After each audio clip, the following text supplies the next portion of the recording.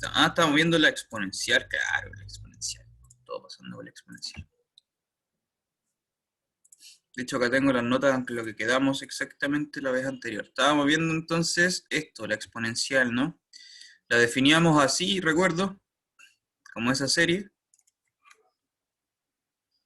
¿cierto? Más bien en realidad es así, ¿no? Es la exponencial, bueno. Y vimos que satisfacía esto, que separa la suma en multiplicación y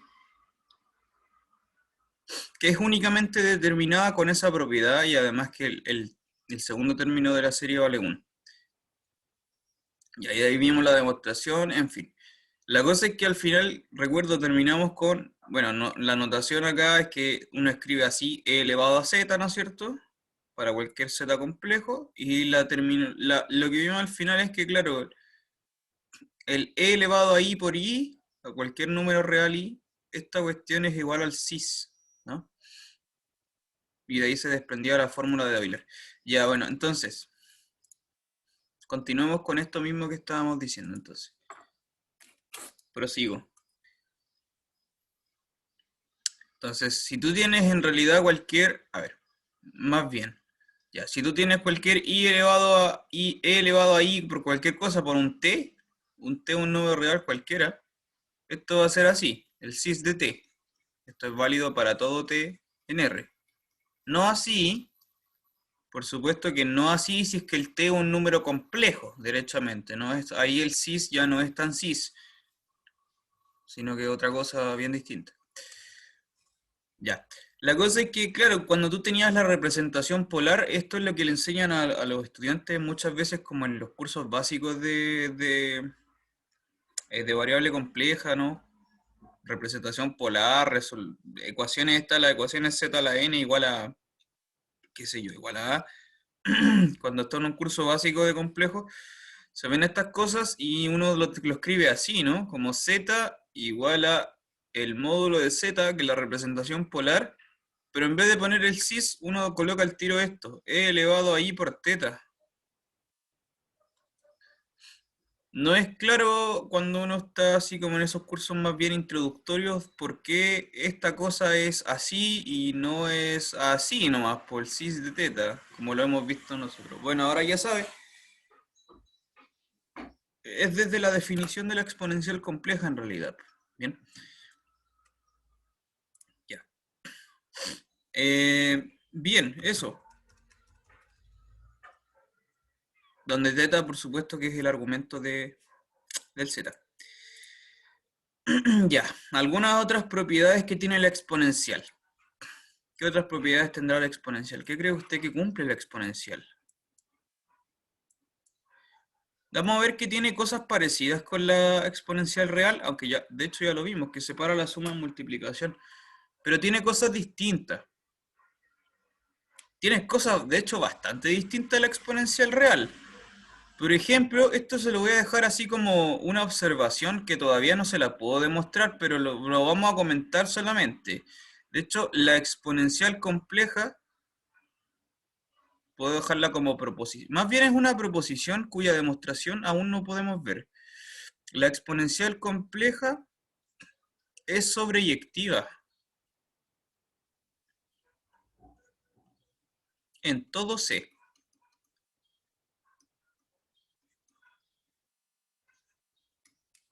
¿Ya? Es una función sobreyectiva, de hecho. Es decir, que si tú tomas cualquier número complejo, alfa, siempre existe un z tal que se cumple esto, ¿no? E elevado a z igual a alfa. ¿Ya? No lo podemos demostrar todavía porque eso requiere precisamente la función inversa de la exponencial, po, lo que se llama el logaritmo, que vamos a ver pronto, pero no enseguida. Ya, esto es una proposición entonces que vamos a dejar para un poquito más adelante. ¿Algunas otras observaciones? Profe, Vamos. Dime, sí. entonces la exponencial puede ser cero. Sí, Uh, mentira. No, mentira. Tenéis toda la razón, en realidad no. Tenéis toda la razón, es así, C estrella. Ahí sí. Sí, no hay ninguna preimagen del 0.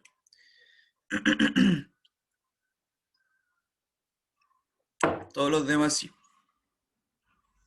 Ya. Bueno, insisto, lo vamos a ver enseguida. Ya, otras propiedades que tiene la exponencial que hay que ver así en... esto sí que es mucho más fácil de demostrar y podemos ver al tiro. Por ejemplo, ¿qué pasa si tengo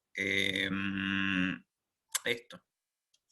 E elevado a z, el módulo de e elevado a z, para un z cualquiera. ¿Qué será esto?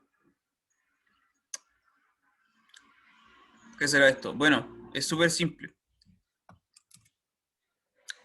Es súper simple, ¿por qué? Porque si tú tienes e elevado a z, esto va a ser la parte real, ¿cierto? Más i veces la parte imaginaria. Entonces esto se separaba así, ¿no? Bueno, perdón, me falta el valor absoluto. Entonces esta cuestión va a quedar así. E elevado a la parte real por el módulo de e a la i parte imaginaria de z. Y esa cuestión tiene módulo 1, así que no es nada más que esto. ¿Ya? Claro, recupera así como el módulo, que es a la parte real. Y eso es un número real positivo, etc. Tal cual. ¿Qué pasa, por ejemplo, otra proposición súper simple? Si tengo esto, e elevado a i por un t cualquiera, y este objeto lo conjugo, como nosotros sabemos, eso es un cis. Es la conjugación de un cis. ¿Qué va a hacer esto entonces? Va a ser coseno de t menos i seno de t. ¿Cierto? Y por las propiedades trigonométricas, esto se puede demostrar con el cis también, que es una cosa súper sencilla de demostrar, que esto, bueno, por propiedades trigonométricas, esto es coseno de menos t porque el coseno es par, y acá el menos se puede entrar adentro porque el seno es impar. Entonces esto es precisamente el cis de menos t, ¿no? Que es e elevado a menos i por t. ¿Ya? La conjugación de esa cosa es esa cosa.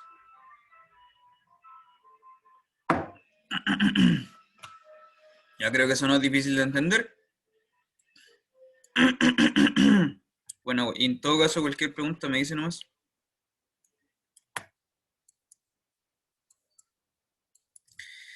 Ya, entonces,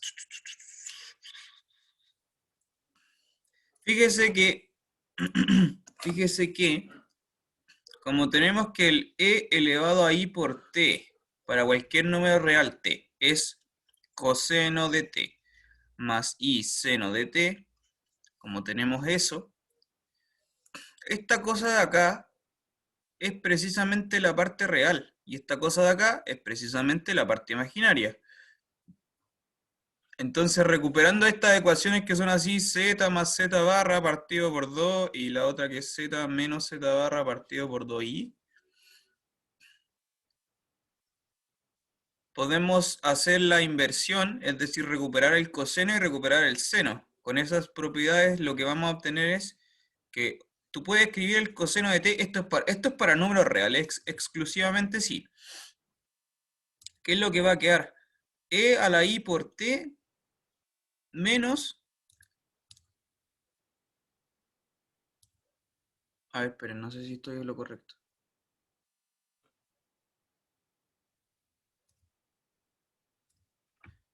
Ahí va, era la menos importante, ¿no? Sí, sí, acá esto. Espera, creo que hay un signo que está malo, ¿o está bien?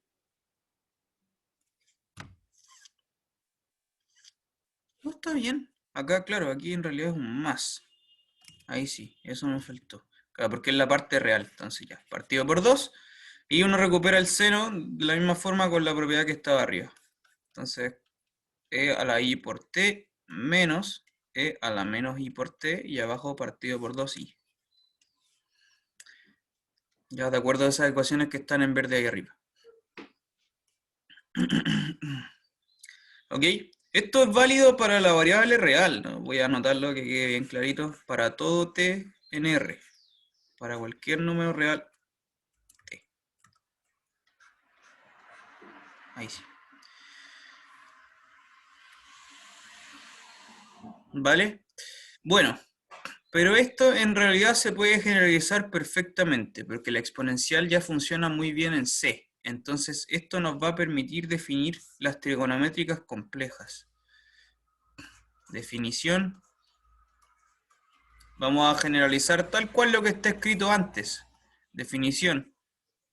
Definimos el seno y coseno complejos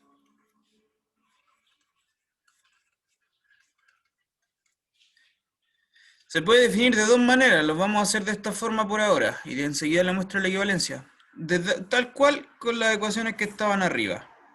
Como coseno de z es e a la i por z más e a la menos i por z partido por 2 y el seno de z es lo mismo de arriba. E a la i por z menos e a la menos i por z partido por 2i.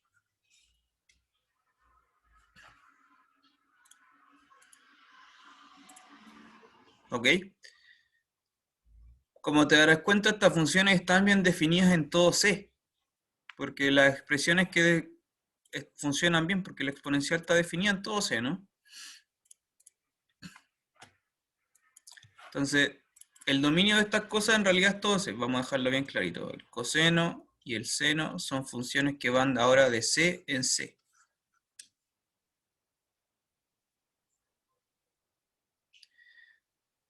Ya, esta es la definición que vamos a dar del coseno y del seno. Pero precisamente, o sea, naturalmente que esto también es equivalente a definirlos como series, tal cual como lo hicimos con la exponencial, pues partimos con la exponencial definiéndolo como la serie de potencia.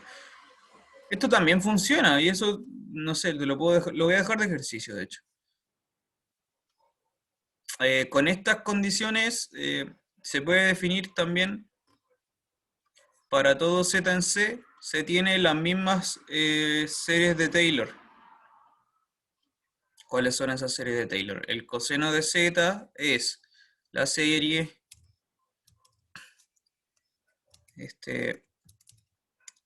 desde n mayor o igual que 0 de esta cosa, el menos 1 a la n, 2n factorial, z a la 2n, y la del seno es la misma, ¿no?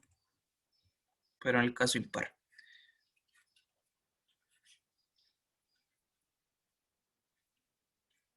Ya, esto también es igual de válido. Entonces, en realidad se puede definir de las dos maneras. A lo que me refiero es que, claro, en algunos libros lo definen así y demuestran esto, o en algunos otros libros lo definen así y demuestran esto. Ya son cosas totalmente equivalentes en realidad. Como usted verá, entonces es la generalización directa del coseno y del seno reales, po, tal cual. ¿Sí? Tal cual. Se generaliza naturalmente a complejo.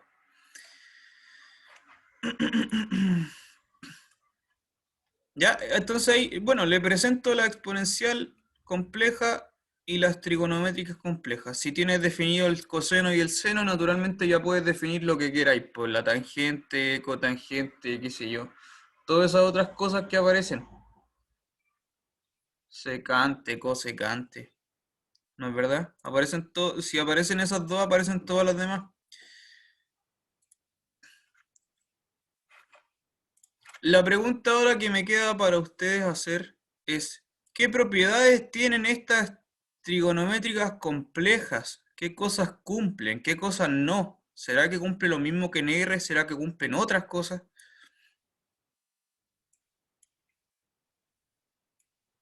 Le voy a dar algunas indicaciones así como propiedades que cumplen las trigonométricas complejas. De partida, Bueno, a ver, no.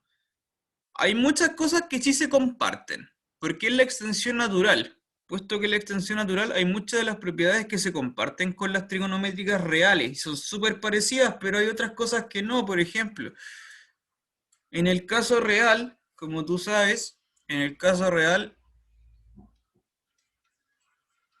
esto es válido, que siempre viven, estas cuestiones viven entre el 1 y el menos 1, ¿no?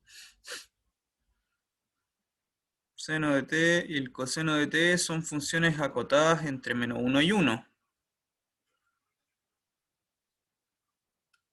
En el caso de las trigonométricas complejas, no, no son funciones acotadas. De hecho, en C, el seno, va, el seno y el coseno, esas dos funciones son sobreyectivas. Ahora sí en todo C.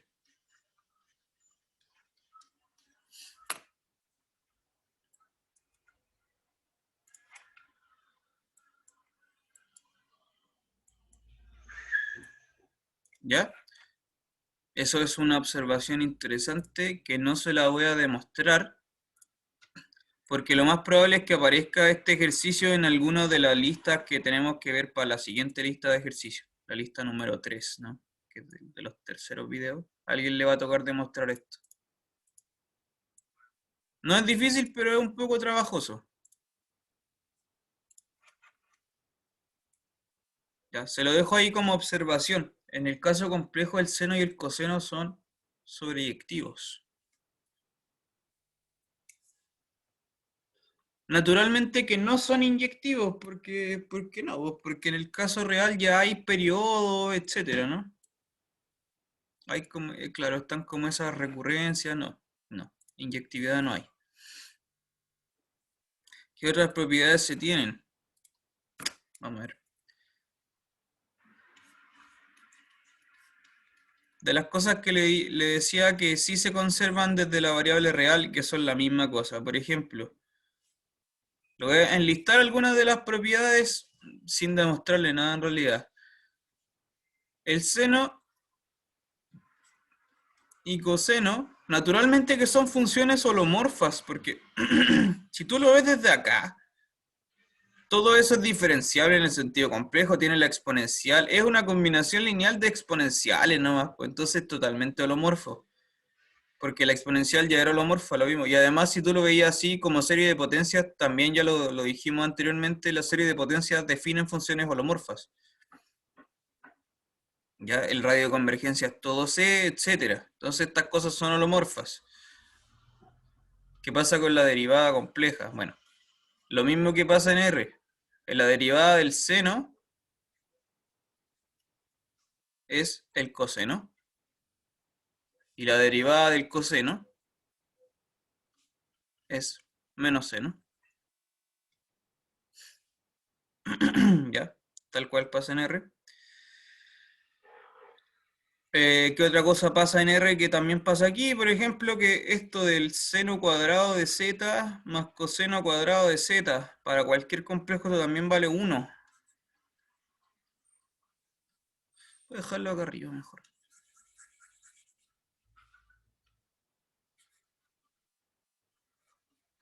Todas estas cositas siguen valiendo, esto es igual a, a la variable real.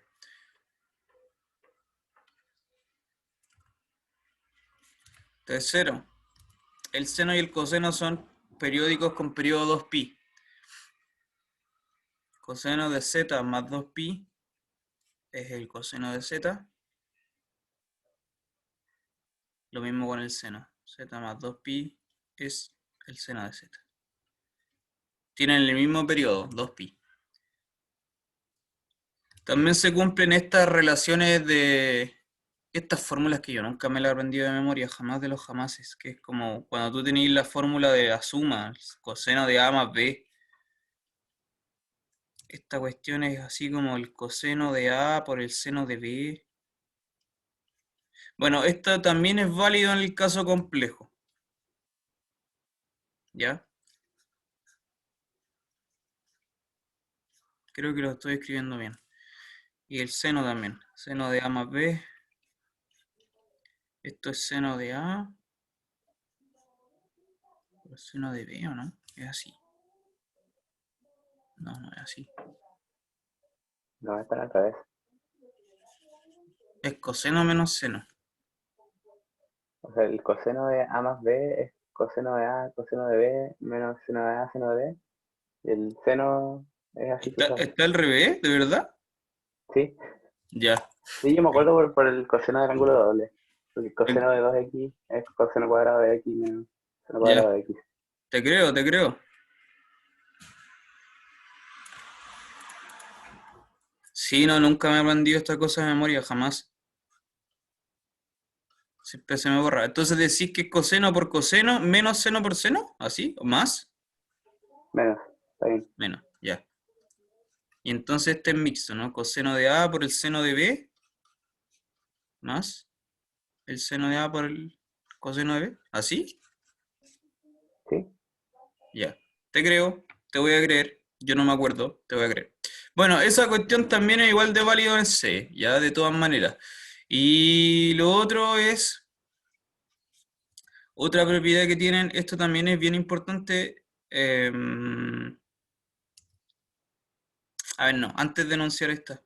Hay otra más que es, por ejemplo, que el coseno y el seno son pares también. También funciona aquí. El coseno de menos z es el coseno de z y el seno impar. Seno de menos z es el seno menos veces el seno de z. También es válido en C.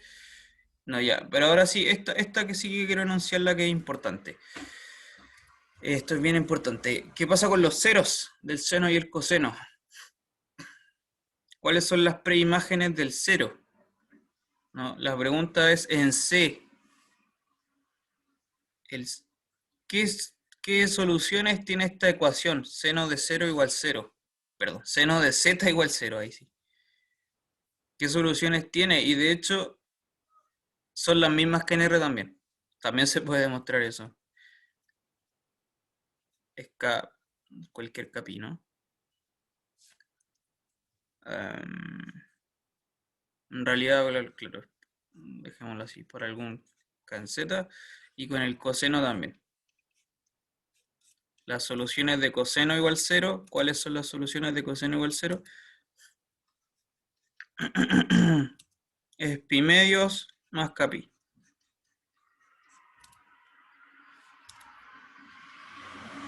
Por algún k, etc. ¿Ya? En particular los senos o sea, los ceros de estas trigonométricas solamente son reales.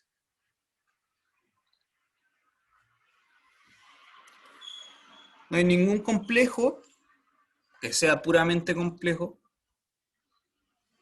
que te dé seno o coseno igual 0. Son los mismos ceros de antes. Es lo mismo. Bien, le dejo ahí todas esas propiedades de las trigonométricas que son como las propiedades básicas estándar, ¿no? Es lo mismo. Se lo voy a dejar todo esto de ejercicio, porque es rutinario desde las definiciones.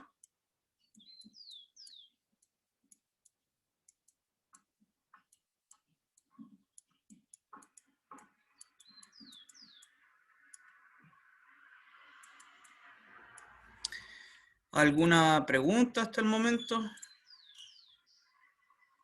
¿Consulta, duda?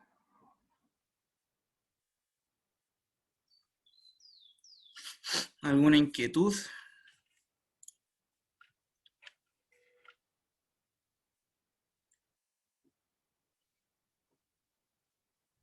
Yo creo que vamos bacán porque ya tenemos definida la exponencial, tenemos definidas las trigonométricas. Ya.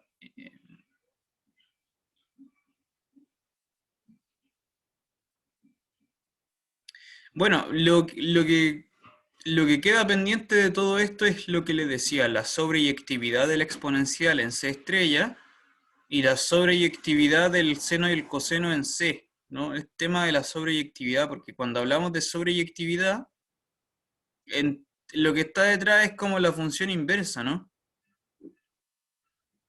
¿En qué lugar existe esa función inversa?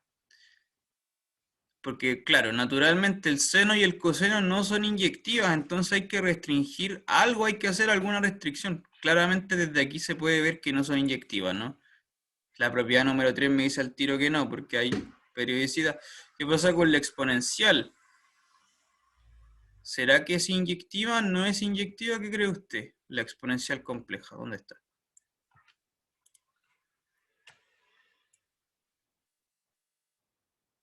Esto. ¿Le parece que es una función inyectiva o no es inyectiva?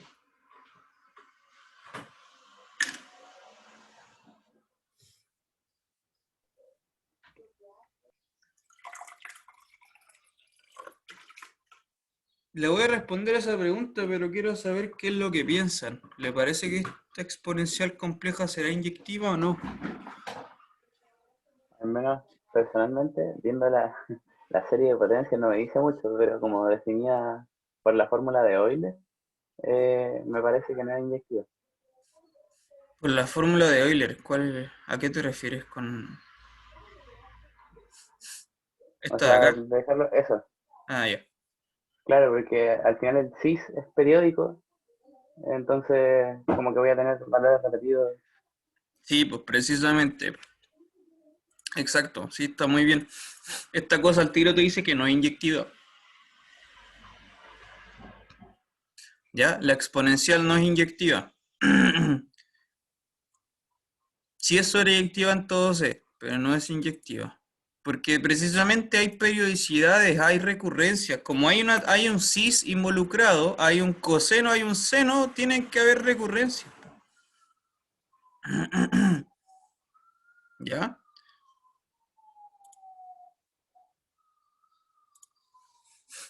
¿Ok? Ya. De hecho, tú puedes demostrar cómo podríamos hacer eso, mira.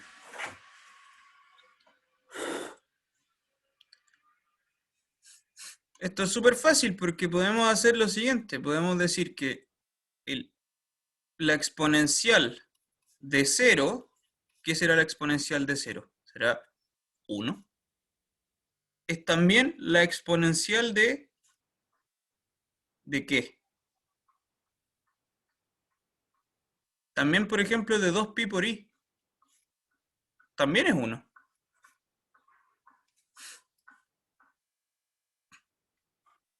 ¿Sí? Entonces, al tiro con eso ya sabéis que no hay inyectividad. Listo. Ya, ese era un ejemplo bien concreto que quería mostrarle.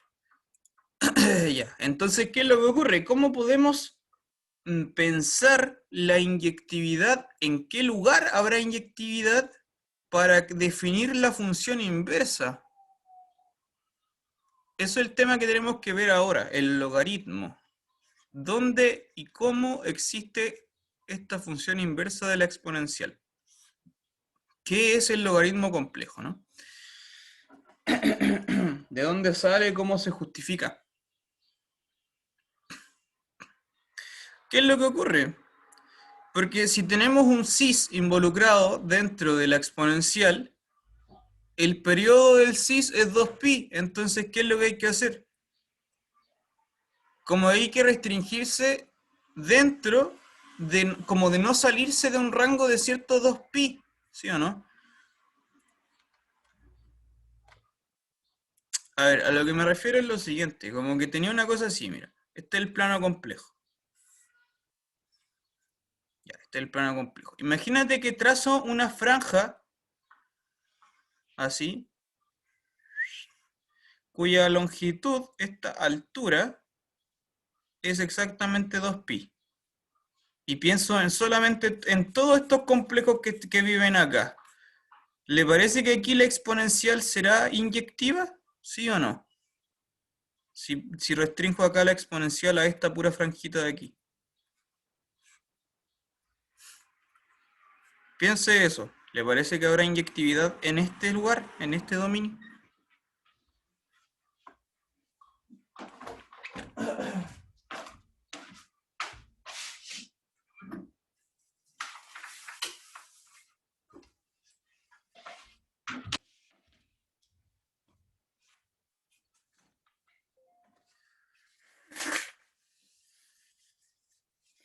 ¿Qué le parece? Vamos a hacerlo más concreto aún. A ver, vamos a hacerlo más concreto aún. Más concreto aún, podemos concebir esta franja de radio de altura 2pi. ¿No? La franja, podemos concebir dos franjas estándar. La primera franja estándar es esta, que parte acá en la altura 0 y termina en la altura 2pi. ¿Sí? Precisamente 0 y 2pi. Y la otra franja estándar es la que empieza en menos pi y termina en pi. Ahí.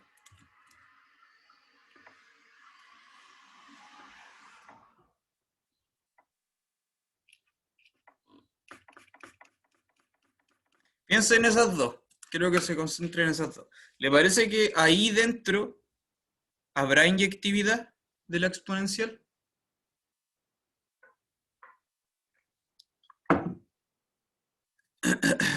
En cualquiera de esas dos franjas de 2pi que están ahí abajo.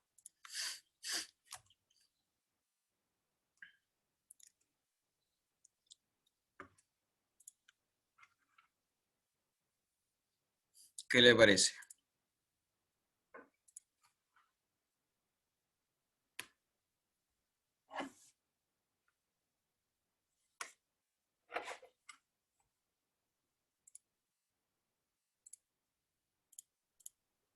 ¿Contando los bordes o sin contar los bordes? Como quieras. Yo creo que descontemos un borde. Porque con los bordes, al Vamos, menos como en 0 y en 2pi, y vale lo mismo. claro. Entonces yo creo que sin contar un borde puede ser inyectivo. Saquémosle un borde, a ver. Sí, me gusta tu idea. Saquémosle un borde. Dejemos uno, saquemos el otro. Para que no se repita justamente en el borde. Bueno, la respuesta es que sí. Ya la respuesta es sí. En esas franjas hay inyectividad. Y realmente esto es válido para cualquier franja. Cualquier franjita que tenga altura 2pi, como se lo había mostrado acá arriba. Esa franja, pucha, no te lo voy a mostrar así como con las manos, pero esa franja se puede mover libremente para arriba y para abajo. En cualquiera. ¿Ya? ¿Qué es lo que pasa? ¿Qué es el problema de todo lo que está detrás? Es algo que habíamos comentado hace un montón de clases atrás, que vamos a volver a retomarlo. Acá ocurre un gran problema. ¿Cuál es el gran problema en la inyectividad de la exponencial? El gran problema de la inyectividad de la exponencial se trata de que, claro, cuando tú tenías esto, un z, tú sabes que el z se define así. O sea, como ya lo vimos, ¿no? El módulo de z por e a la i por teta. ¿Ya? Este objeto está plenamente definido, no hay ningún problema. Este otro objeto es muy raro. Eso ya lo habíamos comentado harto tiempo atrás. Pero ese objeto es rarísimo porque el ángulo se escoge ¿dónde? Naturalmente, lo que uno hace es considerar el ángulo que vive acá, entre 0 y 2pi. Se da cuenta, precisamente es una franja de un intervalo, en este caso en realidad de longitud 2pi. Yo le había dicho hace un montón de clases atrás que nosotros íbamos a consensuar que íbamos a trabajarlo en este rango en realidad, entre menos pi y pi. Eso es lo estándar en este contexto. Vamos a volver a eso ahora, porque el ángulo, cuando tú trabajas la exponencial, el ángulo es totalmente recurrente, como que no hay una inyectividad en el mismo ángulo. Tú puedes colocar aquí cualquiera de estos tipos e a la i por un teta más 2kpi y va a ser lo mismo.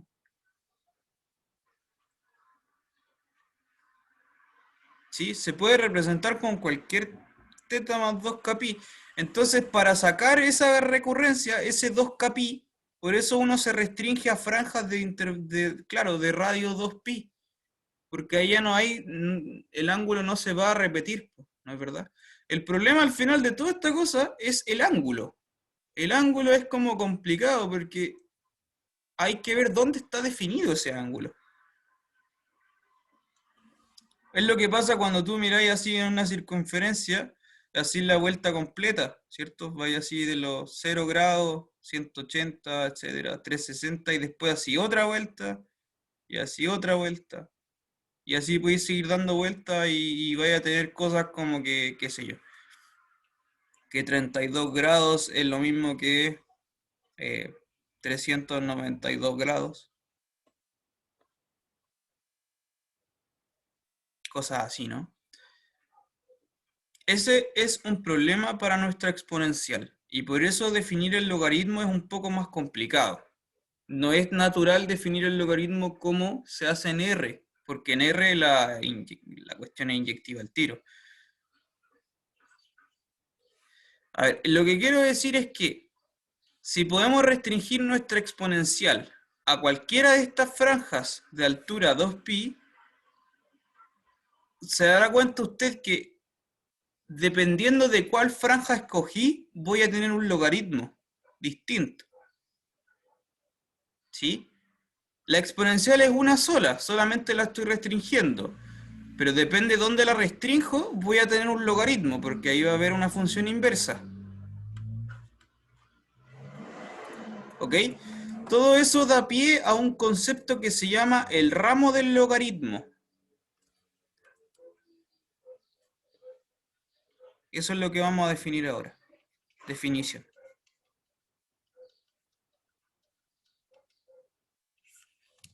Vamos a definir lo que se llama un ramo del logaritmo. ¿Qué es un ramo del logaritmo?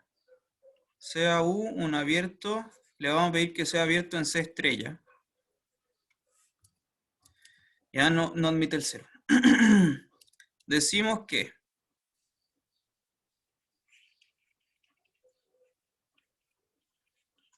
una función g que está definida de U a C es, voy a marcar con rojo, un ramo del logaritmo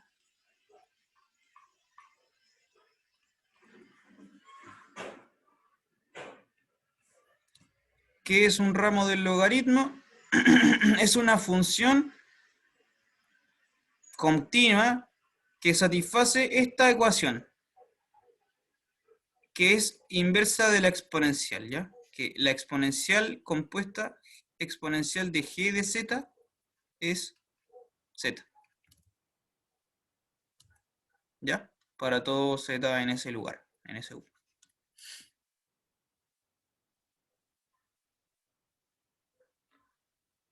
Súper simple, es tal cual, es como tratar de definirle una inversa a la exponencial. A eso les vamos a llamar ramos del logaritmo, ¿bien?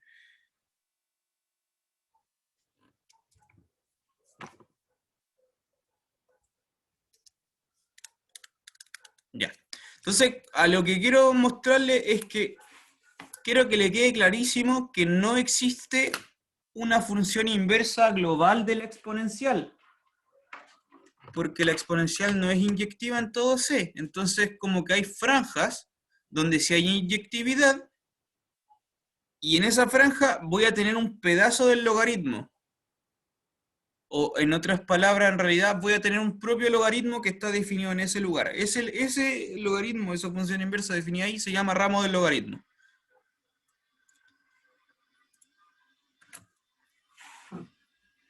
Es como una especie de inversa local, si hubiera que decirle en otras palabras, ¿no?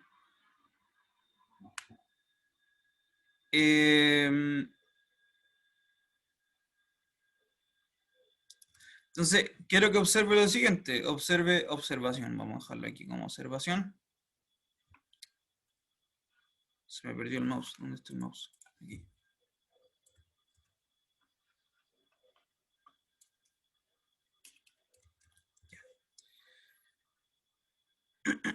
Observación.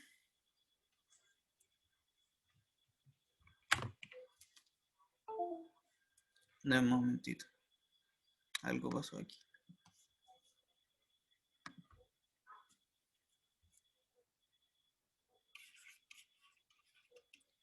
observación. Como ya vimos, tenemos esto. Z es el módulo de Z por E a la I por un teta, donde teta, bueno, es esta cosa que llamábamos el argumento, que es un poco ambiguo. Pero si yo quisiera definirle una función inversa con ese teta, lo que debería hacer es esto. Lo que debería hacer es definir este W, que lo vamos a definir así, como el logaritmo natural. Este es el logaritmo natural, es un logaritmo real, porque está definido en un número real, más I teta. Piensen en ese número. Ese número satisface, naturalmente que satisface que E elevado a W me va a dar Z. Porque va a ser E elevado a ¿qué cosa? Al logaritmo del módulo de Z más I por teta, por las propiedades de la exponencial. Esto va a ser el E elevado al logaritmo de Z por E a la I teta. Y esto es exactamente el módulo de Z por E a la I teta, que es Z. ¿Ya? Entonces, como para esa elección de ese ángulo, ¿cierto? Para un teta fijo, que está ahí concreto, yo puedo definir ese W que es una inversa. ¿Sí? Le encontré una preimagen al Z. ¿Ok?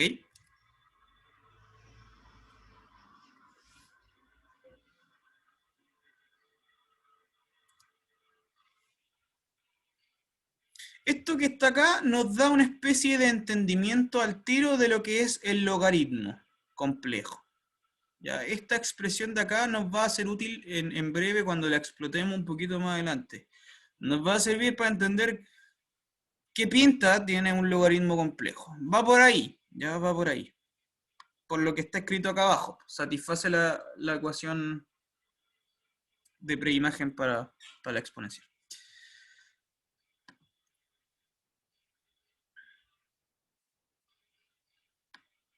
Cualquier cosa me pregunta nomás, por supuesto, me dice.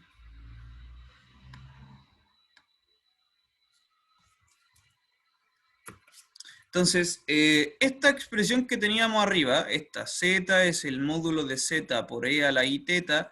El teta, insisto, el ángulo es el complicado. El ángulo es lo que hace que todo sea un poco raro. Es la elección de ese teta, porque no hay unicidad para el ángulo. Entonces, si yo quisiera argumentar exactamente qué es ese teta, tendría que decirlo así. Lo voy a despejar de esta forma. Z partido por el módulo de Z. Ya. Eso, esta expresión que está acá, que acabo de escribir, nos lleva a definir lo que va de la mano con el ramo del logaritmo que acabamos de ver. Es lo que se llama el ramo del argumento. ¿Ya? Vamos a definir eso ahora a continuación. Definición.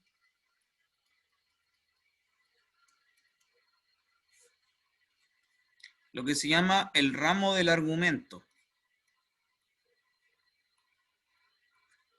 Todo esto nace desde que el argumento, que es el ángulo, no es únicamente definido. Entonces tenemos que definir algunas cosas como para entenderlo bien. Definimos el ramo del argumento. ¿Qué es el ramo del argumento? Un ramo de un argumento es lo siguiente. Lo mismo de antes. Tengo un abierto CAU, un abierto en C estrella. Ya no toma el cero.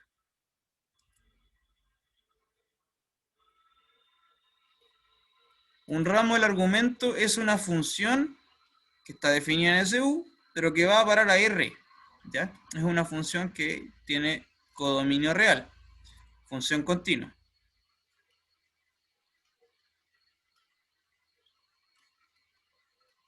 Que satisface lo siguiente. Entonces decimos que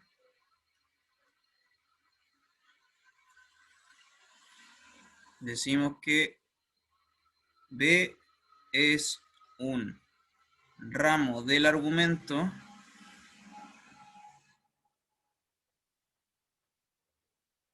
lo vamos a subrayar.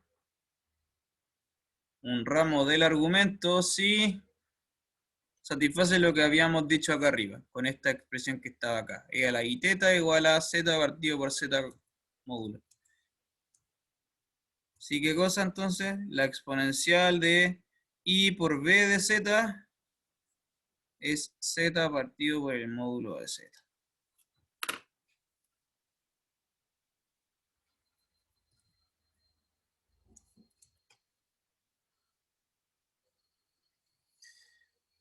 ¿Se va entendiendo no sé, o no? Está un poco raro, no sé, dígame.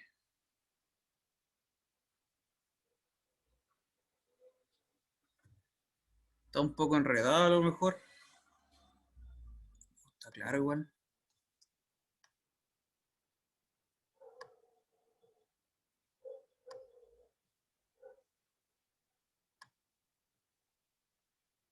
¿Alguna pregunta?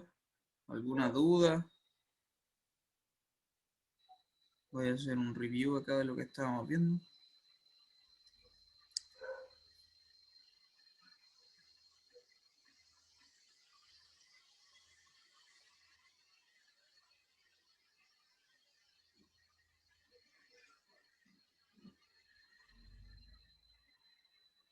¿Alguna consulta? ¿No hay preguntas? Entonces, ok.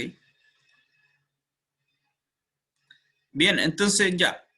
Tenemos definidos estas dos cosas, el ramo del logaritmo y el ramo del argumento.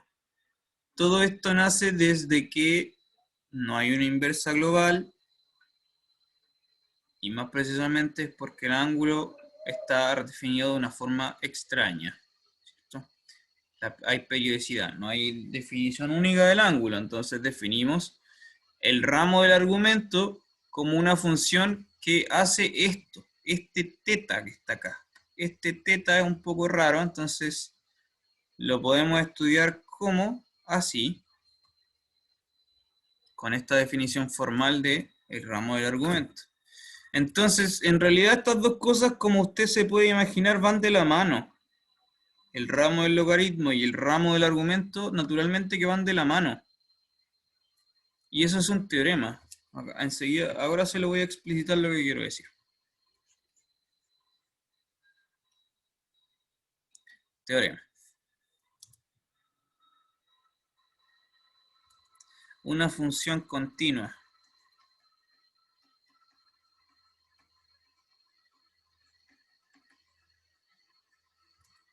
G que está definida en un abierto de C estrella, AC, es un ramo del logaritmo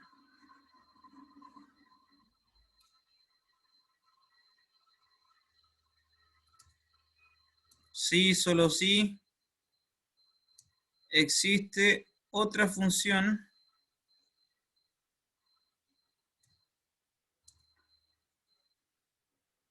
que es un ramo del argumento.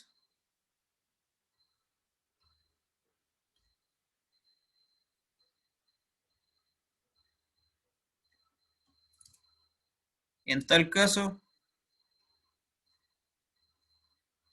¿cómo se relacionan estas dos cosas? Mediante una ecuación que las combina. En tal caso, se cumple, esta es la ecuación que las combina. G de z, que es el ramo del logaritmo, es el logaritmo natural del módulo de z más i veces el ramo del argumento.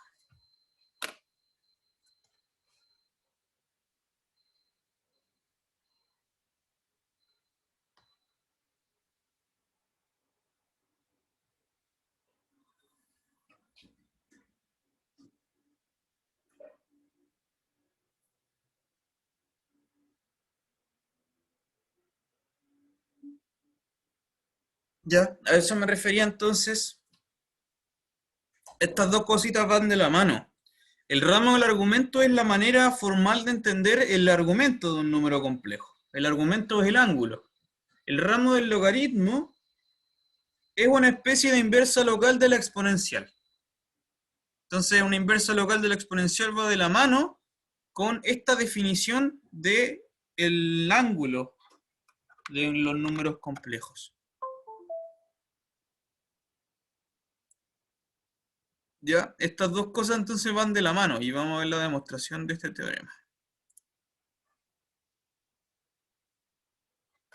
Que no es para nada difícil. De hecho, es súper corto.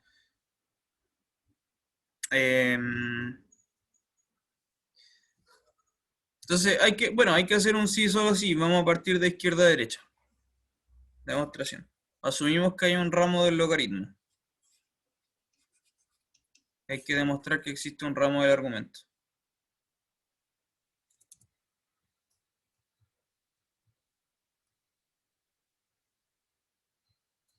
Ya. Entonces asumimos que hay un ramo del logaritmo. ¿Qué es lo que vamos a hacer? Entonces tenemos, vamos a hacerlo izquierda a derecha primero. Tenemos, ahí, me equivoqué acá. N. Tenemos G ramo del logaritmo.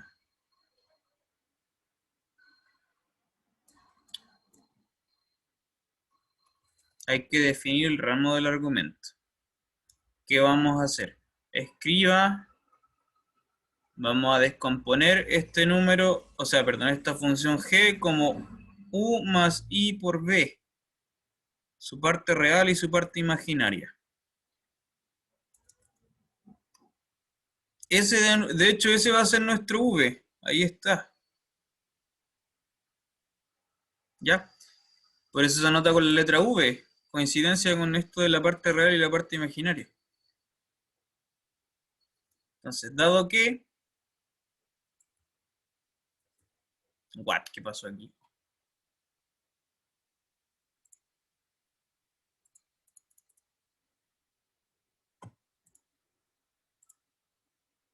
Ya, dado que entonces...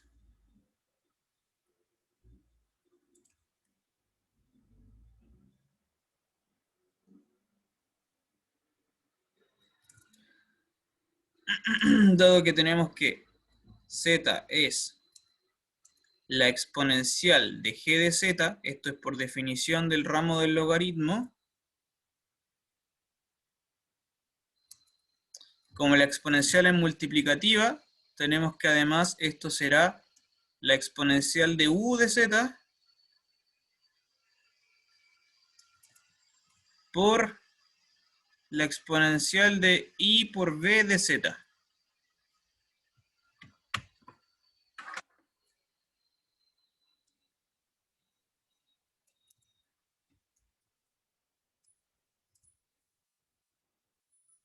¿Ok? Y esto... No. No, eso lo vamos a dejar por ahí.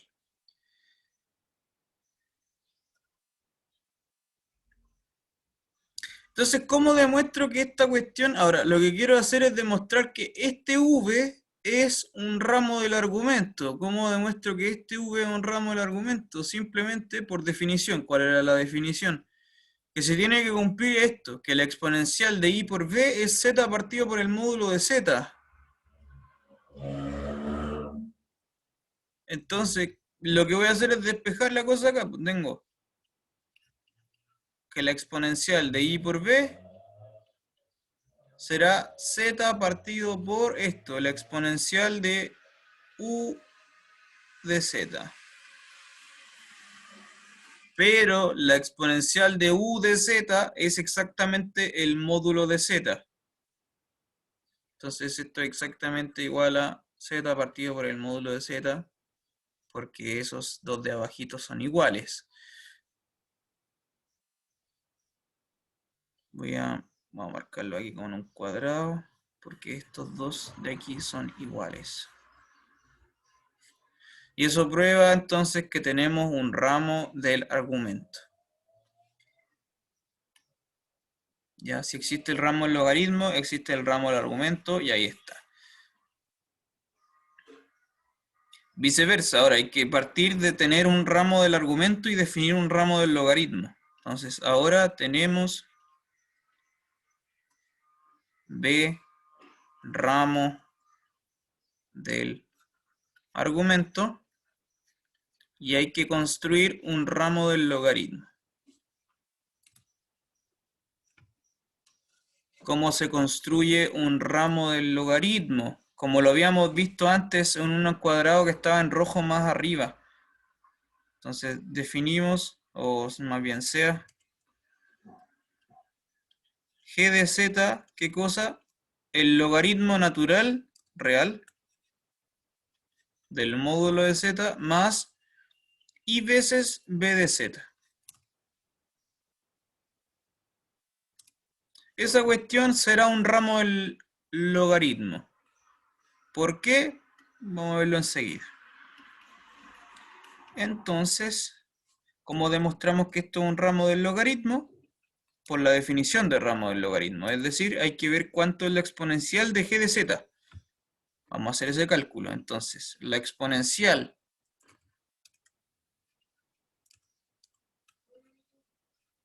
de g de z, que es, por definición, es esto del e elevado al logaritmo del módulo de z más i por b. De nuevo, ocupo las propiedades de la exponencial. Entonces, esto es e elevado al logaritmo de z por e a la i b z.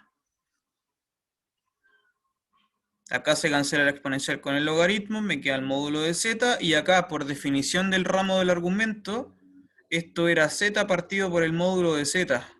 Entonces esto me da z. Y listo. Eso prueba que es un ramo del logaritmo.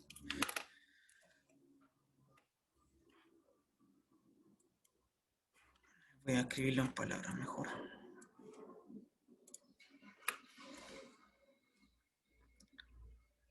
Por lo tanto, g es un ramo del logaritmo.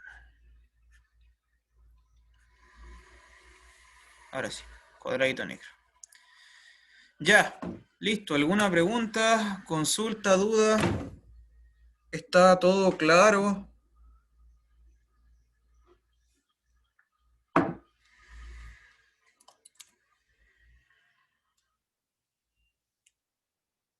¿Se entiende todo? ¿Vamos bien?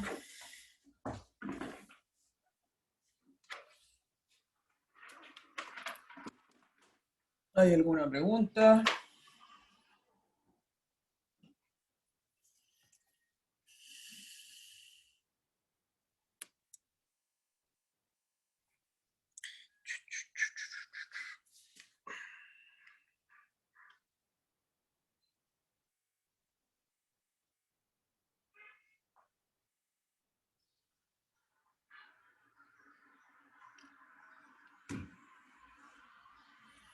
¿Consulta, duda? ¿No? ¿No hay preguntas? Ya. Bueno, la cosa es que quiero que esté clarísimo que esto que está acá es la forma que tienen los ramos del logaritmo. Así luce la función inversa de la exponencial. Es una inversa de tipo local. No está definida en todos lados. Está definida como en algún pedazo. ¿Por qué? Porque el ramo del argumento tiene que estar restringido. Si hay un ramo del logaritmo, está sujeto a un ramo del argumento. Esta cuestión que hablábamos hace un tiempo atrás, cuando estábamos hablando de las coordenadas polares, hace un montón de clases atrás, cuando decíamos esto, perdón, cuando decíamos esto de acá, z se escribe como el módulo de z por el cis de el argumento de z. Eso es como la notación estándar clásica de lo que es las coordenadas polares. El tema exactamente qué diablos es esto. ¿Qué es ese arg de z? Y ahí entra en juego lo que estamos diciendo. En realidad esa cosa no está para nada bien definida y lo que se hace es concebir estos ramos del argumento. esa elección de arg, como lo acabamos de ver, en realidad esto es una función que va a parar a R, pero que está súper sujeta, esa cuestión podría ser otra elección de argumento. Entonces, no sé, le voy a poner un subíndice, qué sé yo, le voy a poner T, sub T. Porque puedo hacer depender de ciertos parámetros para concebir estos argumentos. ¿Ya? Es una elección un poco rara de dónde voy a sacar los ángulos. Si los ángulos los voy a elegir entre menos pi y pi, si los ángulos los voy a elegir entre 0 y 2pi, si los ángulos los voy a elegir, qué sé yo, entre 3pi y 5pi. Los ángulos los puedo elegir entre 10pi y 12pi. En realidad se pueden escoger entre cualquier intervalo de longitud 2pi, cualquiera. Y eso me va a dar pie a una función ramo del argumento.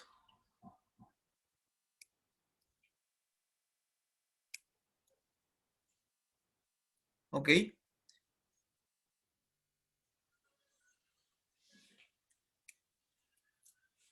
Bien, vamos a quedar aquí nomás. La próxima clase entonces vamos a seguir hablando de los ramos del logaritmo y del argumento y vamos a profundizar en estos temas. Vamos a ver, sí, vamos a ver un poquito más en detalle estos ramos del argumento. Pero ya el ramo del logaritmo más o menos ya sabe lo que es y tiene esa pinta, que está marcada ahí con color rojo. Importante esa ecuación que está ahí. Listo, chicos, estamos.